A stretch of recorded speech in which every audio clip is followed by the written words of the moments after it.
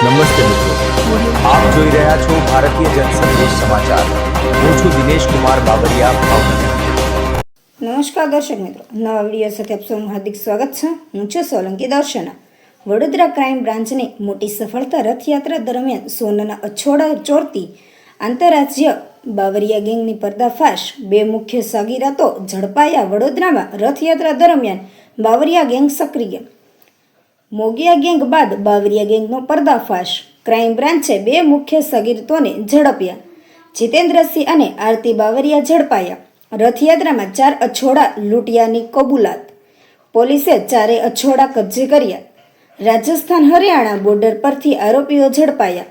ગેંગના વધુ 5 મહિલા 2 પુરુષ સગીરાતોના નામ ખુલ્યા. અન્ય આરોપીઓની શોધખોળ માટે ટીમો રવાના કરવામાં આવી. અહેવાલ જાવેદભાઈ, વડોદરા.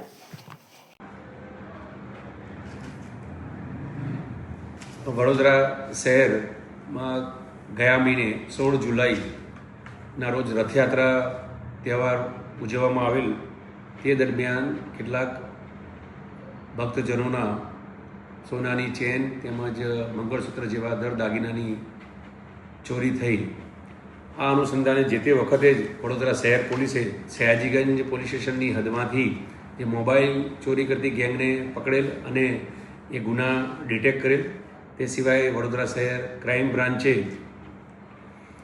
એક એમપીની મોગિયા ગેંગ પકડેલ અને જે તે વખતે આ 9 આરોપીઓને પકડી અને સોનાની ચેન અને મંગળસૂત્રોને રિકવર કરી અને સયાજીગંજ પોલીસ સ્ટેશનના ગુનાઓ ડિટેક્ટ કરી. ત્યારબાદ રાવપુરા પોલીસ સ્ટેશનની હદની અંદર પણ આ જ પ્રકારના ગુના નોંધાયા હોવાનું માહિતી આધારે વડોદરા શહેર ક્રાઇમ બ્રાન્ચ સતત કાર્યશીલ રહેલ અને હ્યુમન રિસોર્સિસ અને ઇન્ટેલિજન્સના માધ્યમથી અમે એક ગેંગ આઈડેન્ટિફાઈ કરેલી. આ ગેંગ રાજસ્થાન હરિયાણાની બોર્ડરની છે કે જેને બાવરિયા ગેંગથી વિખ્યાત છે. અને આ બાવરિયા ગેંગને અમે કુલ 9 આરોપીઓને આઈડેન્ટિફાઈ કરેલા.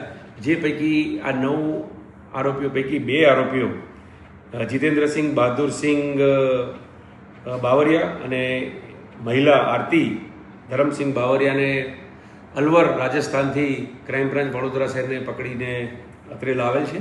અને તેમની પાસેથી 4,60,000નો મુદ્દામાલ કે જેમાં કુલ 4 મંગળસૂત્ર અને સોનાની ચેનો છે જે પોલીસે કબજે કરેલ છે. અને આ 4 ગુના રાવપુરા પોલીસ સ્ટેશનની હદના છે. આ સિવાય અન્ય 7 આરોપીઓ પોલીસ પકડથી દૂર છે, તેને પકડવા જુદી જુદી ટીમો કાર્યરત છે. ભૂતકાળમાં પણ આ લોકો રાજસ્થાનની અંદર પકડાયેલ હોવાની માહિતી મળેલ છે.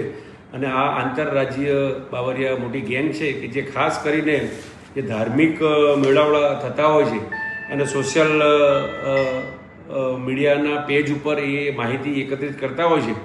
અને એ આધારે આ જગ્યા ઉપર વડોદરા શહેરમાં આવ્યા હતા અને એમણે ગુનાનો અંજામ આપેલો છે. વધુ પૂછપરછ ચાલુ છે. એકંદરે અમે બીજા ગુના ડિટેક્ટ થાય તેવા પ્રયત્નો કરી રહી છે.